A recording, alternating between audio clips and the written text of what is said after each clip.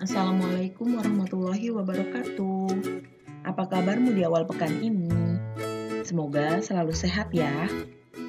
Tidak terasa, kita sudah masuk di modul 6. Di awal pekan ini, apa saja yang akan kita pelajari?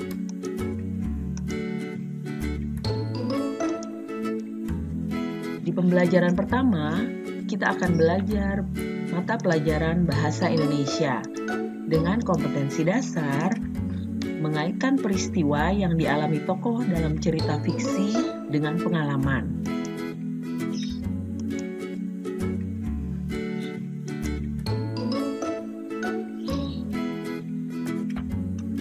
Kalian pasti pernah membaca buku cerita kan? Cerita tentang apa yang kalian sukai? Nah, cerita yang biasa kita baca di majalah biasanya berupa cerita pendek atau biasa kita sebut dengan cerpen. Cerpen adalah salah satu jenis teks fiksi. Teks fiksi adalah karangan yang dibuat berdasarkan hayalan atau imajinasi pengarang. Cerpen biasanya menjelaskan tentang kehidupan tokoh lewat tulisan singkat. Ditulis sebagai ungkapan perasaan atau imajinasi pengarang, dibaca dalam waktu yang singkat, dan kisah yang diceritakan dapat meninggalkan kesan yang mendalam pada pembacanya.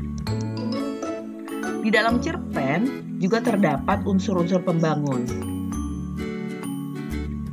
Unsur pembangun tersebut meliputi tokoh, watak, latar, alur, serta pesan atau amanat. Unsur-unsur dalam cerita pendek merupakan hasil olah pikir dan kreativitas pengarang. Unsur-unsur tersebut saling melengkapi dan membentuk satu kesatuan cerita yang padu.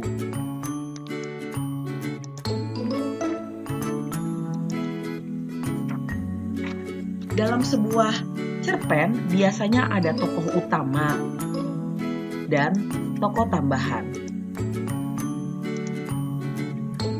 Tokoh utama merupakan tokoh yang banyak diceritakan dalam sebuah cerita, sementara tokoh tambahan merupakan tokoh yang mendukung tokoh utama. Setiap tokoh pada cerita pendek memiliki watak yang berbeda. Watak dibedakan menjadi 3, baik, buruk, dan netral. Watak tokoh dapat diketahui dari narasi pengarang, ucapan tokoh, tindakan tokoh, dan cerita tokoh lain.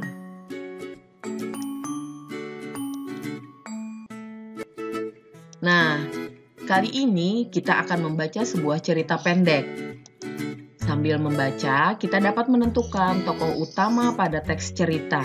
Kita tentukan tokoh utama dari seberapa sering tokoh tersebut muncul pada cerita. Ayo, kita baca cerita pendek berikut ini dengan seksama ya. Nah, setelah membaca cerita pendek tadi, kamu dapat menemukan tokoh utama kamu juga kan? Agar lebih jelasnya, kita dapat menuliskan kembali dalam bentuk bagan seperti yang ada di samping. Tulislah hasil temuanmu dalam bagan yang telah disiapkan. Kita lanjutkan di pembelajaran kedua, yaitu pelajaran bahasa Sunda ya. Pada materi hari ini, kalian diminta untuk membuat video yang berisi pesan singkat dengan tema kesehatan.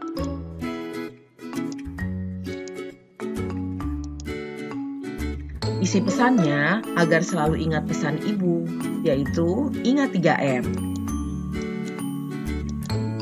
Memakai masker, mencuci tangan, dan menjaga jarak. Oh iya, buat videonya menggunakan bahasa Sunda ya.